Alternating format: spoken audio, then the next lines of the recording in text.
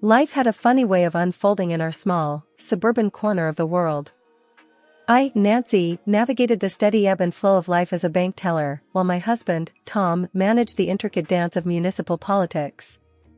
Our home was a testament to Tom's family, a house passed down through generations, now echoing with the remnants of our conversations and debates. It was a typical Thursday evening, and I was rummaging through the kitchen, prepping for dinner. The aroma of cooking filled the air, a small comfort in the otherwise silent house.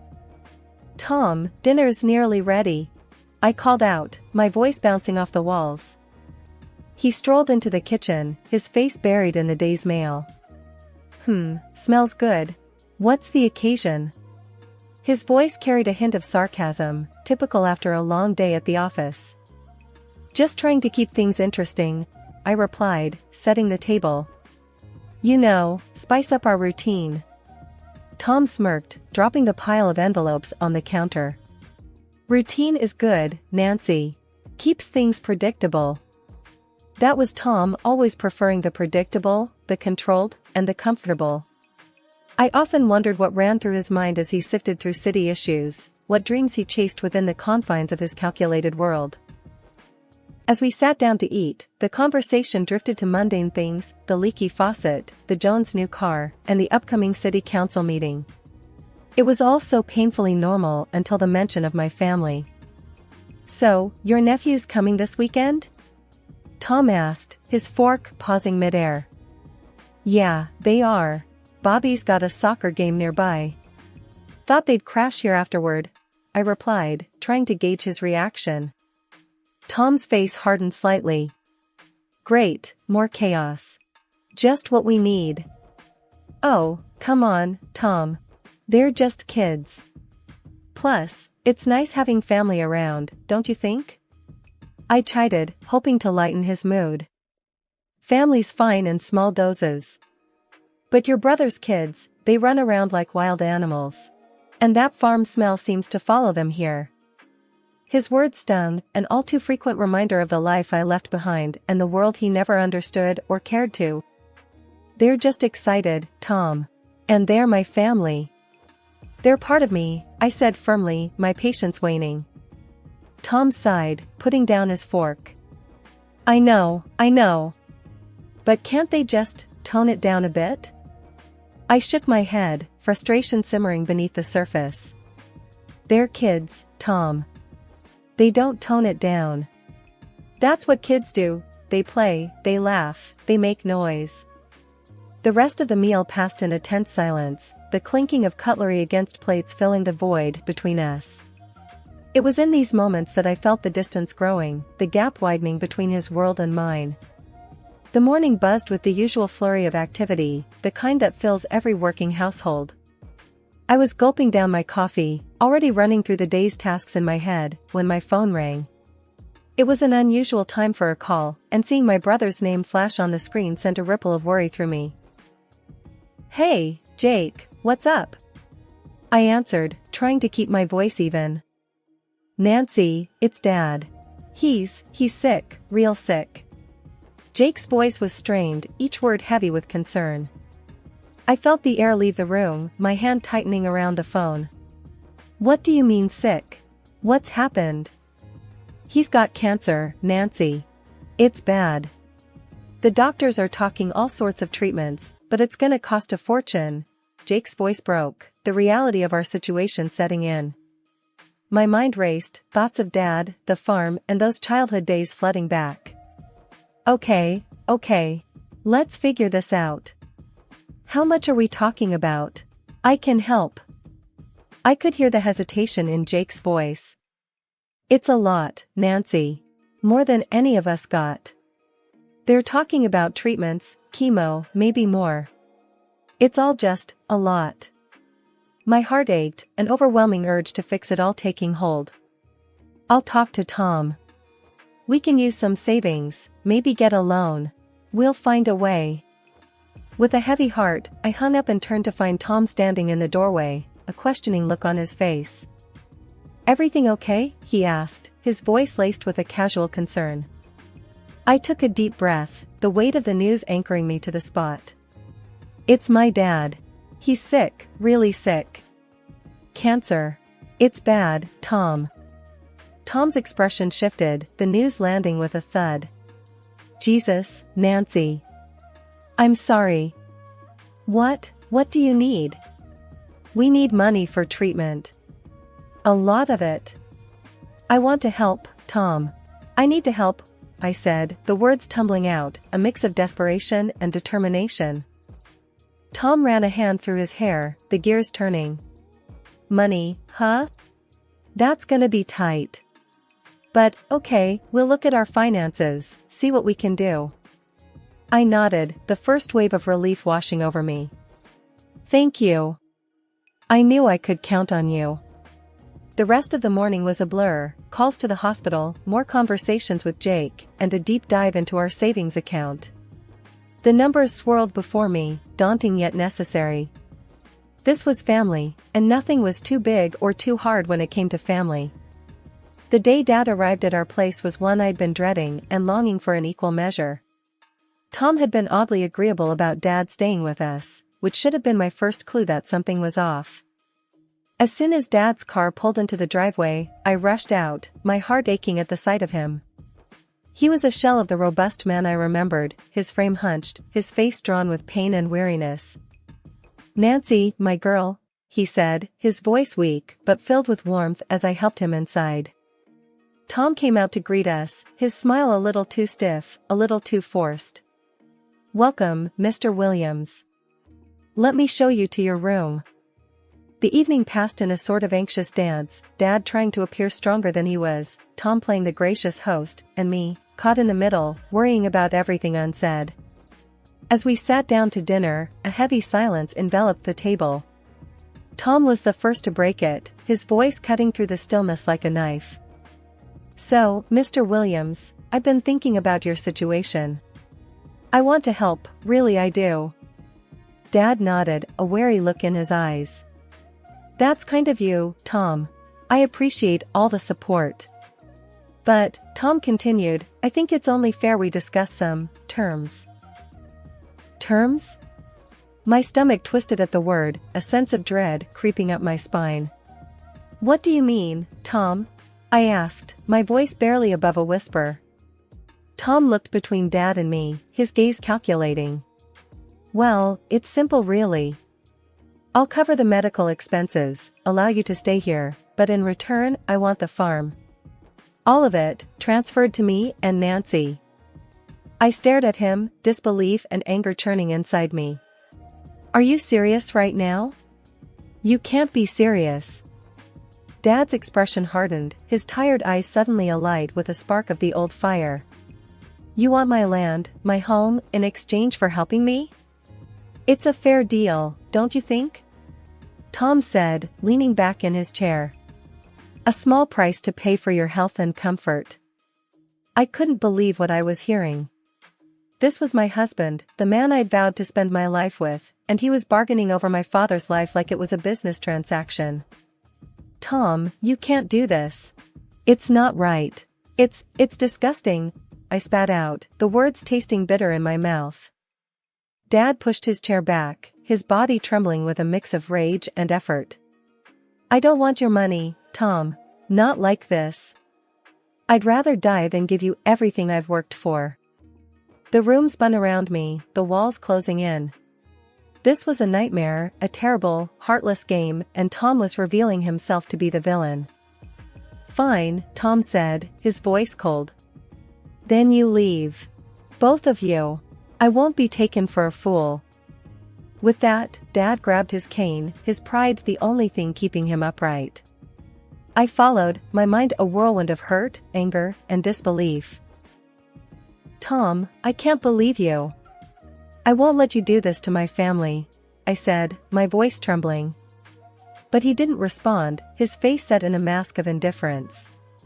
We packed a few things, Dad's weak protests echoing in my ears. This was it. The facade had crumbled, and the man I thought I knew had vanished, replaced by a stranger with cold eyes and a colder heart. We didn't speak much on the drive to the small rental I'd managed to find on short notice. It wasn't much, but it was a roof over our heads, a place to regroup and figure out our next steps. Once inside, I helped Dad to the couch, his body sinking into the cushions with a weary sigh. "Nancy, I'm sorry. I never should have put you in this position," he murmured, his eyes downcast. "No, Dad. Don't you dare apologize. This is on Tom, not you." "I can't believe he'd do something like this," I replied, my voice fierce with anger. Dad shook his head, a bitter laugh escaping him. "And to think I almost considered it, for a moment, to make sure you'd be taken care of. That's exactly why I'm doing all this, Dad. You took care of me my whole life." "It's my turn now," I said, squeezing his hand. The following days were a blur of doctor's appointments, phone calls, and late-night internet searches for any financial aid we might qualify for. I was running on adrenaline and coffee, determined to find a way to afford Dad's treatment. One evening, after a particularly grueling day, I came back to the rental to find Dad sitting at the small kitchen table, a stack of bills in front of him. "Nancy, sit down. We need to talk about this. Realistically," he said, his voice steady but tired. I pulled up a chair, my stomach in knots. "What is it, Dad?" He pushed the bills toward me, his finger tapping on the total amount due. "This is more than you can handle, Nancy. I can't let you ruin your life for me." Tears pricked at my eyes, but I blinked them back. "Dad, I'm not having this conversation. I'll find a way. We'll find a way. Together." Dad reached across the table, his rough hand covering mine. "Nancy, listen to me. I've lived a good life. I've seen you grow into a remarkable woman. If it's my time, then so be it. But you have so much more to live for. Don't let this destroy you." I shook my head, pulling my hand away. "No. I refuse to accept that. We're going to fight this, Dad. Until the very end." The determination in my voice seemed to give Dad a small spark of hope, or perhaps he just didn't have the heart to argue any further. We spent the rest of the evening in a quiet, mutual understanding, both of us too stubborn and too scared to consider giving up. Days turned into weeks, and despite the ever-present shadow of illness and financial strain, we found small moments of joy, old stories retold, laughter shared over simple meals, and quiet evenings watching whatever was on TV. It wasn't much, but it was ours, and for the moment, it was enough. 3 months had flown by in a blur of hospital visits, a relentless battle against the merciless tide of illness. Despite our best efforts and boundless hope, my father's condition deteriorated under the weight of the aggressive cancer. It was a losing fight, but one we endured together, with the stubbornness and heart that characterized our simple, hardworking family.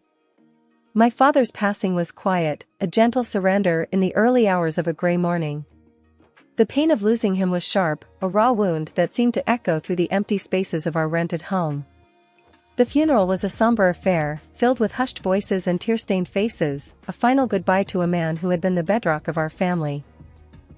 After the guests had left, the condolences spoken, and the last of the dishes put away, I sat with my brother, Jake, on the porch of our family home. The air was heavy with unspoken words, a shared grief hanging between us. "Emma, he was so proud of you. We both are. You did everything you could." I nodded, the weight of grief a tangible thing on my shoulders. "I just wish it could have been different." Jake hugged me, and we stood there, in the fading light, saying goodbye to our father, to a part of our lives that we'd never get back. The days after the funeral were heavy and quiet, filled with the kind of emptiness that follows a storm. I spent long hours staring at the land, our land, stretching out with rows of corn and the old oak tree standing tall against the skyline. It was more than just soil and crops, it was Dad's legacy, a testament to his life's work. Jake and I had been going through Dad's papers, trying to sort out his affairs, when I stumbled upon a series of letters and notes. They were inquiries and offers on the land, some dated back a few months, others more recent. Each one hinted at the value of the land, suggesting it was set to skyrocket with the city's expansion plans. "Jake, look at this," I called out, my hand trembling slightly as I held out the papers. He came over, his eyes scanning the documents quickly. What the hell? These offers are huge, Nancy. And they're all pretty recent. I nodded, the pieces of the puzzle starting to click into place. It makes sense now. This is why Tom was so eager to get his hands on the land. He knew about this, somehow. He knew and tried to use Dad's illness to pressure us into signing it over. Jake's face darkened, a mix of anger and disbelief etched into his features. That snake. Using our own dad's sickness for his gain. We've got to do something about this, Nancy. I agreed, the fire of determination igniting within me. We will. We'll make sure this land stays in the family, just like Dad wanted. And as for Tom, he's going to regret ever trying to cheat us. The next few days were a whirlwind of activity. We met with lawyers, talked to the city planners, and started to piece together a plan. The land was indeed about to become very valuable, and we were determined to protect it, to ensure it benefited the family and honored Dad's memory.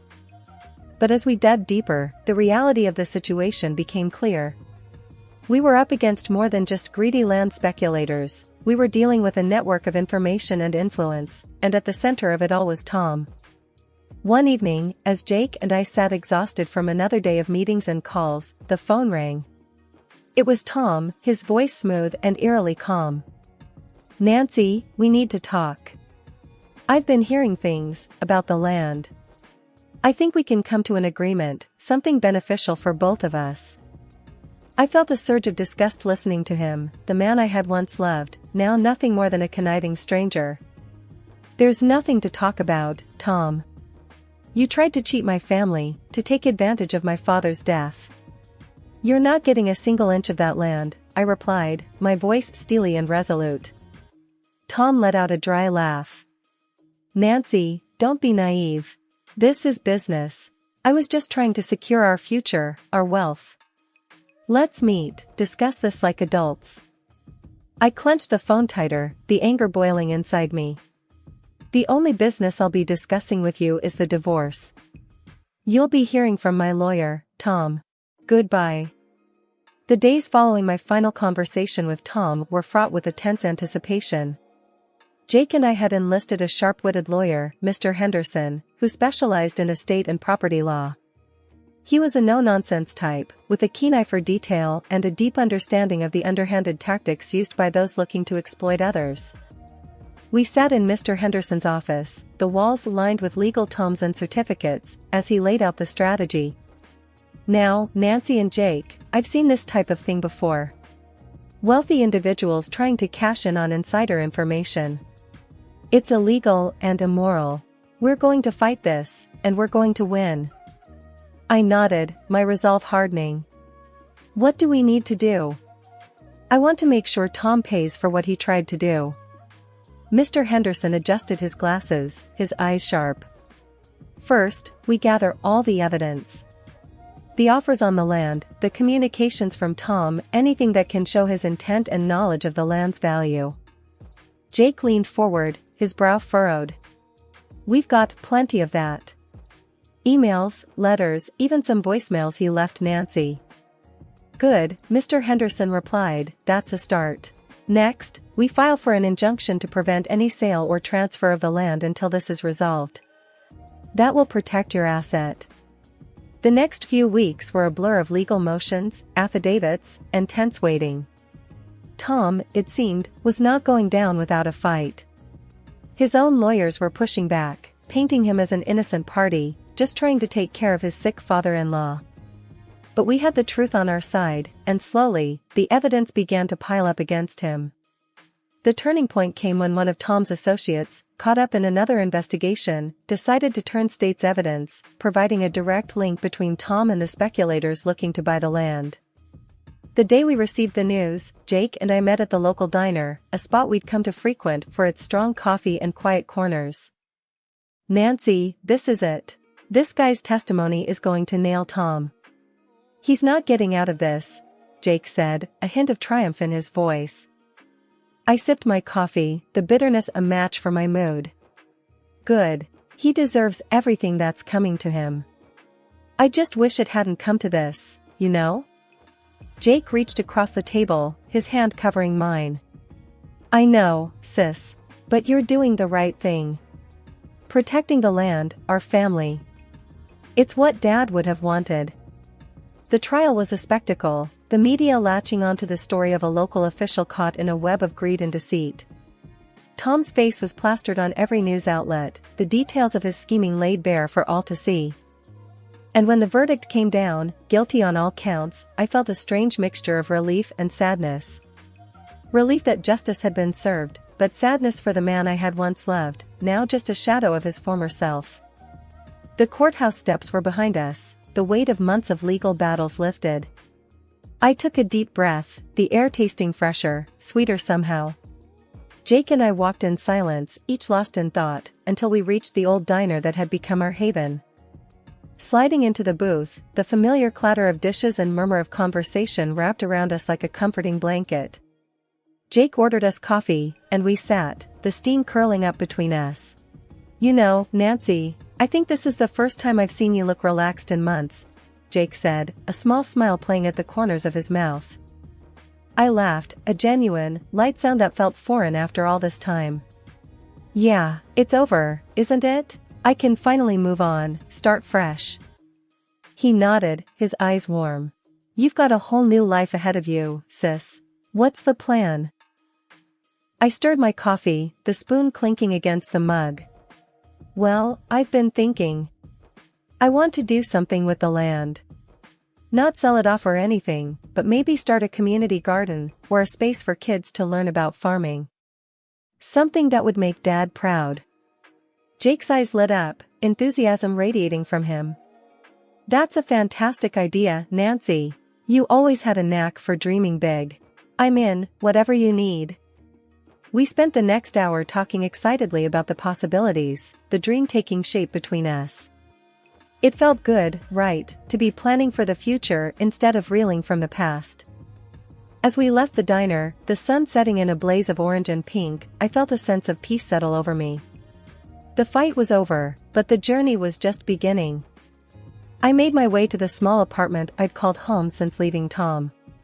It was modest, but it was mine, a sanctuary from the world outside. Opening the door, I stepped inside, the quiet enveloping me. I wandered over to the window, the view stretching out to the city skyline in the distance. The land, our land, lay between here and there, a green expanse filled with potential and promise. The phone rang, startling me from my reverie. I picked it up, a familiar voice on the other end. Hey, Emma, it's Lucy, from the bank. I heard about everything, and I just wanted to say, if you need anything, we're all here for you. I smiled, touched by the offer. Thanks, Lucy. I appreciate it. Actually, there might be something. I'm thinking of starting a project on the land, something community-focused. Maybe the bank could be a part of it? Lucy's excitement was palpable, even through the phone. Absolutely, Emma. That sounds amazing. Let's set up a meeting, talk about what you need. We'd love to be involved. Hanging up, I felt a surge of excitement. The project was more than just a dream now, it was a possibility, a real, tangible future. I sat down, a small notebook and pen in hand, and began to jot down ideas, plans, names. The page filled up quickly, a testament to the flurry of thoughts and hopes swirling through my mind. It was a new beginning, not just for me, but for the community, for the legacy of the land. And as I wrote, I could almost feel Dad's presence, his quiet strength and unwavering support guiding me forward. The path ahead was uncharted, filled with challenges and opportunities, but I was ready. Ready to build, to grow, and to thrive. This was more than just a new chapter, it was a whole new book, and I was the author, pen in hand, ready to write a story of hope, perseverance, and renewal. The end was just the beginning. Again? They were just here last month. My voice trembled with a mix of anger and disbelief as I confronted Martin, my husband of 3 years. Martin, with his typical dismissive wave, dropped his briefcase by the door. Evelyn, they're my parents. They want to see Lily, and it's only for a couple of weeks. I felt a knot tighten in my stomach. This wasn't just about his parents visiting. It was about respect, or the lack thereof. Martin had a habit of making decisions without consulting me, treating me more like a tenant than his wife. "Evelyn, you're overreacting," Martin said, his tone laced with condescension as he walked past me. "Just make sure the guest room is ready." I stood there, frozen, as he dismissed my feelings with such ease. It was always the same pattern. His parents, Miriam and Gerald, would arrive, turning our home upside down, leaving me to cater to their every whim, while Martin buried himself in work, conveniently absent. As I prepared the guest room, my mind raced with resentment. I thought back to the days before we were married, when Martin was considerate and kind. But since Lily's birth and our move to the suburbs, he had become increasingly domineering and detached. The next morning, I heard the familiar rumble of Miriam and Gerald's car in the driveway. I plastered a smile on my face as I opened the door. "Good morning, Miriam. Geraldcom?" "Ah, there she is, our lovely daughter-in-law," Miriam exclaimed, brushing past me to fuss over Lily, who clung to my leg, eyeing her grandparents warily. Gerald followed, carrying their bags. "We're so happy to be here. Where should we put these?" "Just in the guest room, thank you," I replied, my smile straining. The first few days passed in a blur of cooking, cleaning, and forced pleasantries. Martin came home late each night, barely acknowledging me or his parents. I felt invisible in my own home. One evening, as I was setting the table for dinner, Gerald called out from the living room. "Evelyn, where's the remote? The news is about to start." "It's right there on the coffee table, Gerald," I replied, trying to keep the irritation out of my voice. Miriam chimed in. "Evelyn, dear, could you bring us some tea? Gerald loves your tea." Suppressing a sigh, I nodded and headed to the kitchen. As the water boiled, I could hear them laughing and chatting in the living room, a stark contrast to the silence that filled the rest of the house. That night, after everyone had gone to bed, I found myself sitting in the dark kitchen, a cup of untouched tea in my hands. Tears streamed down my face as I realized how lonely and unappreciated I felt. I missed the partnership I thought I had with Martin, the love that seemed to have evaporated since Lily's arrival. I wiped away my tears, a resolve building within me. I couldn't continue living like this, invisible and unheard. I needed to find a way to make Martin see me, to acknowledge my feelings. But deep down, I feared that the man I had married was gone, replaced by this cold, indifferent stranger. As I headed to bed, I made a silent vow to myself. I wouldn't let this go on any longer. I had to find my voice again, for my sake and for Lily's. The days turned into a monotonous blur with Miriam and Gerald's presence in the house. Their demands grew each day, yet Martin remained oblivious to the mounting pressure on me. I felt like a puppet, dancing to their every whim, my own needs and desires shoved aside. One particularly grueling evening, as I cleared the dinner plates while everyone else lounged in the living room, Martin's voice sliced through the air. "Evelyn, did you remember to pick up my dry cleaning?" I paused, the weight of the plates heavy in my hands. "No, Martin, I couldn't. I had to take Lily to her doctor's appointment today." A huff of annoyance came from him. "You could have gone after that. I needed that suit for tomorrow." The room fell silent, the tension palpable. Miriam and Gerald exchanged glances, an unspoken judgment passing between them. I felt a surge of anger, but I bit back my retort. This wasn't the time. The next morning, I found Martin in the kitchen, his demeanor icy. "We need to talk about your attitude, Evelyn," he began, his tone patronizing. "My attitude?" I echoed, incredulity lacing my voice. "Yes, you're not being accommodating enough to my parents. They've noticed it too. It's embarrassing," he said, fixing me with a cold stare. I felt a rush of frustration. "Martin, I'm doing everything I can. I'm taking care of Lily, the house, your parents." He cut me off with a wave of his hand. "That's what you're supposed to do. You're the woman of the house. My parents shouldn't feel unwelcome."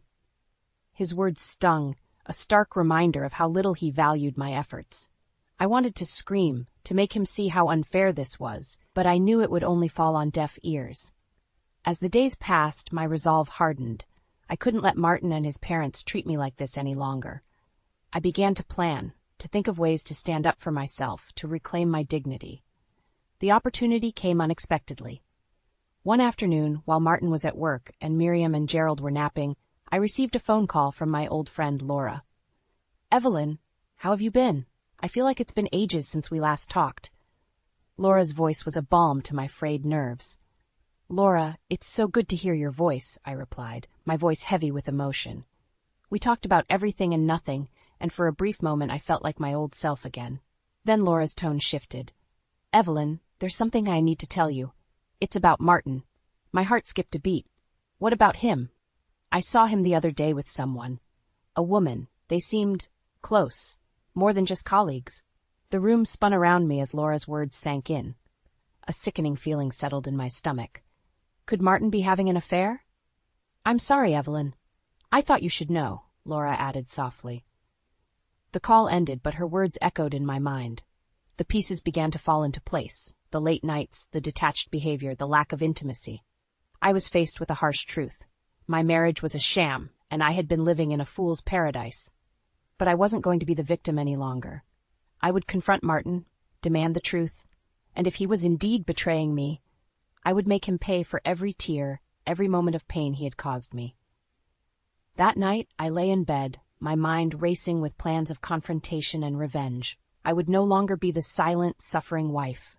It was time for Martin to see the strength he had underestimated in me. The days following Laura's revelation were a tempest of emotions. I observed Martin with a new lens, each of his dismissive remarks and arrogant gestures fueling my growing resentment. The man I once loved had become a stranger, his facade now transparent to my scrutinizing eyes. One evening, as I prepared Lily's dinner, Martin sauntered into the kitchen. Evelyn, my parents are thinking of extending their stay. You don't mind, do you? His question, so casually delivered, was a clear testament to his disregard for my feelings. Extend their stay? I repeated, my voice steady despite the turmoil inside. Martin, don't you think they've stayed long enough? Martin's face hardened. What's that supposed to mean? They're my parents. You should be more welcoming. I turned to face him, my frustration reaching its boiling point. Welcoming? Martin, I've been nothing but accommodating. But this is our home too. I have a say in this. He scoffed. Your say? Look, Evelyn, you're the wife. It's your duty to take care of the household. My parents staying here shouldn't be an issue. His words struck a nerve. Duty? Is that all I am to you? A caretaker? Martin's eyes narrowed. Don't start with this nonsense, Evelyn. You're being irrational. Irrational? I could feel my voice rising, the pent-up anger and hurt pouring out. I'm the one being irrational? What about your late nights, your secret rendezvous? Are those rational? For a moment, Martin seemed taken aback, but he quickly regained his composure. What are you talking about? Don't play dumb, Martin. I know about the other woman. Laura saw you. His face went pale, then flushed with anger. You're spying on me now? How dare you?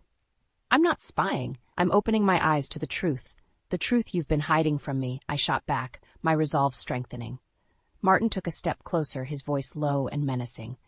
Listen, Evelyn, you better watch your tone. You have no idea what you're talking about. But I wasn't intimidated.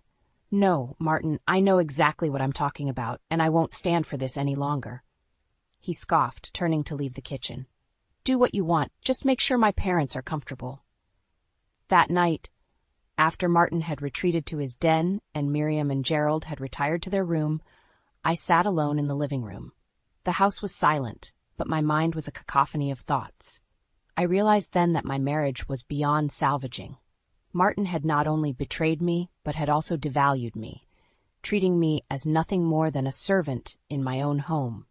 It was time for me to take a stand, to reclaim my life. I would no longer be a victim of Martin's arrogance and infidelity. I would gather evidence of his affair, consult a lawyer, and prepare for a divorce. But it wouldn't end there. Martin would have to face the consequences of his actions.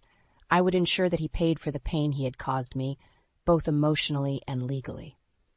As I lay in bed that night, a plan began to form in my mind. A plan not just for my escape, but for my retribution. Martin and his parents would soon learn that I was not a woman to be trifled with. The following days were a careful dance of deception and planning. I maintained a semblance of normalcy, all the while gathering evidence of Martin's infidelity. Laura had been right. A few discreet inquiries revealed Martin's secret meetings with a woman named Rachel, a colleague from his office. One evening, as we sat at the dinner table with his parents, Martin announced, I might need to go on a business trip next weekend. A business trip? The perfect alibi for his affair. I looked at him, my expression neutral, but inside, a storm was brewing. That sounds important, Martin. I hope it goes well, I said, my voice laced with hidden irony. Miriam chimed in, oblivious to the undercurrents. Oh, Martin works so hard. Evelyn, you should be proud of such a diligent husband. I forced a smile, my resolve hardening. Yes, I'm very proud. The next day, while Martin was at work and his parents were out shopping, I met with a lawyer. I laid out everything, the infidelity, the emotional neglect, the way Martin and his parents treated me. The lawyer listened intently, offering advice and outlining the next steps. You have a strong case, Evelyn, especially with the evidence of the affair, he said, his tone professional yet sympathetic. I nodded, a sense of empowerment growing within me. Thank you. I want to proceed with this as soon as possible. That night, I lay in bed, the plan crystallizing in my mind. I would confront Martin, but not yet. First, I would ensure everything was in place for the divorce. I wanted him to feel the full impact of his actions, to realize he couldn't just discard me like an old piece of furniture. The day of reckoning came sooner than expected. On Friday, as Martin prepared for his supposed business trip, I found the proof I needed, a receipt for a romantic getaway at a luxury resort, tucked carelessly in his coat pocket. That evening, with Martin's parents in the living room and Lily asleep, I confronted him. Going on a business trip, Martin, or should I say a romantic getaway with Rachel? Martin froze, the color draining from his face. Evelyn, how did you? I waved the receipt in front of him. You're not as clever as you think, Martin. I know everything. For a moment he seemed lost for words. Then his expression hardened. You've been snooping around, haven't you? You're pathetic. Pathetic? The word echoed in my mind, fueling my anger. No, Martin. What's pathetic is you sneaking around, betraying your family. But I'm done playing the dutiful wife. I'm filing for divorce. Martin's eyes widened in shock. Divorce? You can't do that. You're nothing without me. I met his gaze, my voice steady. No, Martin, it's you who will be nothing without me. I have evidence of your affair. I'll make sure you pay for what you've done. For a moment, he looked defeated, but then his arrogance returned. You think you can win against me? I'll fight you every step of the way, I smiled, a cold, determined smile. Bring it on, Martin. You'll see just how strong I can be. As I left the room, Martin's stunned silence was a victory in itself. But this was just the beginning. The real battle was about to start. The days following my confrontation with Martin were a whirlwind of legal preparations and silent battles. Martin's demeanor had shifted. He oscillated between anger and a feigned indifference, but I could see the underlying panic in his eyes. The weekend arrived, and with it, an unexpected development. Martin's parents decided to extend their stay, unaware of the storm brewing beneath the surface of our seemingly calm household. One afternoon, as I was tending to Lily in the living room, Martin and his parents cornered me. Evelyn, we need to talk about your behavior, Martin began, his voice dripping with disdain. Miriam nodded in agreement. Yes, dear. We've noticed you've been quite distant and cold. It's not becoming of a wife and mother. Gerald added, Martin has been nothing but a good husband. You should appreciate him more. Their words were like daggers, but I stood my ground. Appreciate him? For what exactly? For his lies? His affair? Martin's face turned red with anger. Don't bring that up in front of my parents. Why not, Martin? They should know the kind of son they've raised, I shot back, my voice firm. Miriam gasped. An affair? Martin, is this true? Before Martin could respond, I continued, Yes, it's true. And I'm not going to stand for it anymore. I've filed for divorce. The room fell into a stunned silence. Martin looked at me, his eyes full of malice. You'll regret this, Evelyn. You're nothing without me. I met his gaze, unwavering. No, Martin, I regret the years I spent tolerating your arrogance and disrespect. I'm taking Lily and I'm leaving. Martin's parents started to protest, but I didn't let them. This is between Martin and me. You've overstayed your welcome. It's time for you to leave. As I packed my bags, I could hear the muffled arguments in the background, Martin trying to explain himself to his incredulous parents. I felt a surge of satisfaction, knowing that his perfect image was shattered. With Lily in my arms, I walked out of the house that had become my prison. I didn't look back. I was finally free from Martin's shadow, ready to start anew. As I drove to my parents' house, I thought about the future. It wouldn't be easy, but I was determined to rebuild my life, for Lily and for myself. Martin and his parents would learn that I was not a woman to be underestimated. The next few weeks were a blur of legal meetings and emotional upheaval. Despite Martin's attempts to intimidate me, I stood strong. The evidence of his affair was undeniable, and soon the divorce proceedings were in my favor. The day the divorce was finalized, I felt a mix of relief and triumph. I had stood up to Martin and his oppressive family, and I had won. But my revenge didn't end there. Martin's affair had not only cost him his marriage, but also his reputation. His colleagues and friends learned of his indiscretions, and his once untouchable status crumbled. As for his parents, they were left to grapple with the reality of their son's actions. Their attempts to reach out to me were met with silence. They had lost a daughter-in-law who had once cared for them, all because of their blind support for Martin. I had emerged from this ordeal stronger and more resilient. I had fought for my dignity and won. And as I looked at Lily playing happily in her grandmother's arms, I knew that I had made the right decision. For the first time in a long time, I felt hopeful about the future. I had closed a painful chapter in my life, and a new one was just beginning. In the months following the divorce, my life underwent a transformation.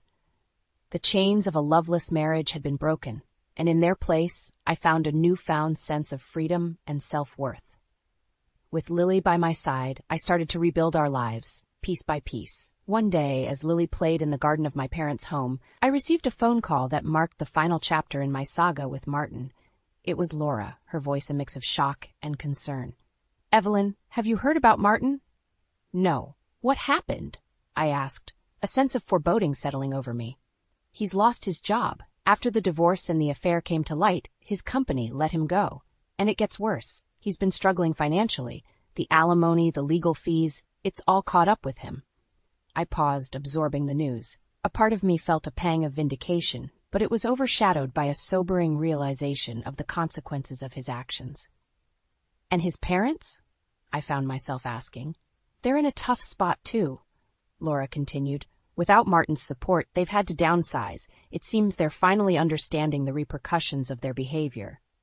I ended the call with a heavy heart. Despite everything Martin had put me through, I found no joy in his downfall. It was a stark reminder of how one's actions could have far-reaching consequences. In the weeks that followed, I focused on Lily and our new life. We spent our days surrounded by the love and support of my parents, who had welcomed us with open arms. One afternoon, as I watched Lily play, my mother sat beside me. "Evelyn, you've grown so much through all of this. You're strong, my dear, stronger than you ever realized." I smiled, squeezing her hand. "Thanks, Mom. It's been a hard road, but I've learned a lot about myself." "And Lily is thriving," she added, watching her granddaughter with a tender gaze. "She's happy, and that's what matters most." As the sun began to set, casting a warm glow over the garden, I reflected on the journey that had brought me here. The pain, the betrayal, the fight for my dignity, it had all led to this moment of peace and contentment.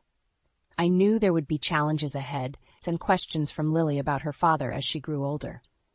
I would face them head-on, with honesty and strength. For now, I was content in the knowledge that I had stood up for myself and my daughter, and we had emerged stronger for it. I looked at Lily, her laughter ringing through the air, and I felt a surge of hope.